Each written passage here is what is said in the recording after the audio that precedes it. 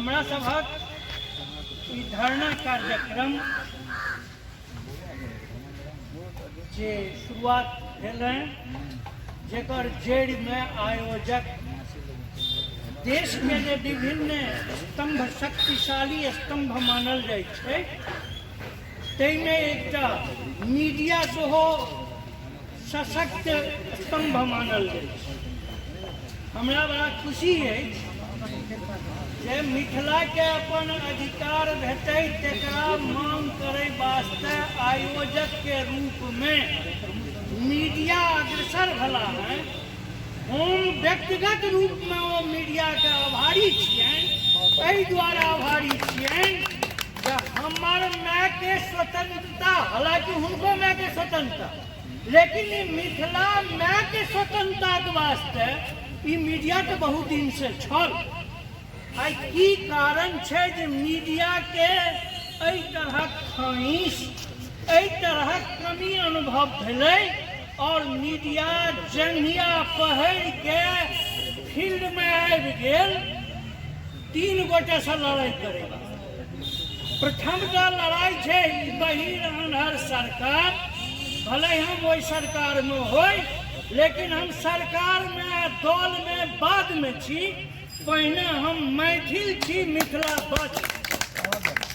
ताहि द्वारा हमरा सरकार के कहे में, बहिर बलय सरकार के कहे में, कंजूस सरकार के कहे में, संयमित सरकार के कहे में कनियो धाक नहीं होइए कि एक पंक्ति में दू तरहक व्यवहार भ रहल छै। तो पहिल युद्ध हमार युद्ध के हमर लड़ाई के कारण यदि छी एतुका सरकार, और दोसर लड़ाई के कारण जे छै मिथिला के बुद्धिजीवी, मिथिला के पढ़ल लिखल जिनका कहे छियनि अगुआ, से मैथिली के परम दुश्मन छै।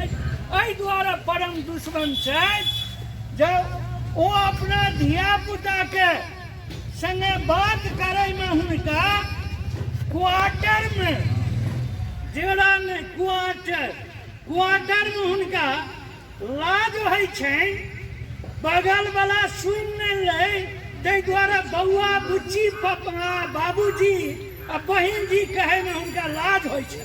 ताहि द्वारे यदि मैथिली के कोनो दुश्मन छै ते मिथिला के पढ़ल लिखल अगुआ, प्रेरणा जिनका कहल जाय छै ओ दुश्मन।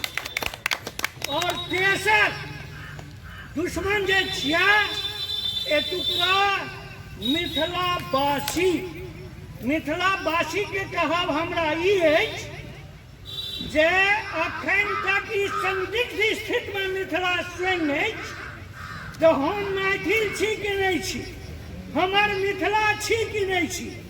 अखनो तक एकरा ई मानल जा रहल छै ई ओकर छियै, ई ओकर छियै, ई हमर नहीं छी। ई एकटा शंका, एकटा संदिग्ध स्थिति में मैथिली पड़ि चुकल अछि जे मिथिलावासी के स्वयं संदेह छै जे हम मैथिल छी कि नहीं छी। ई तीन दुश्मन छै। ई तीनों दुश्मन के वास्ते हमरा सबके तीन तरहक विंग तैयार करऽ पड़त। ई सोझे महाधर्म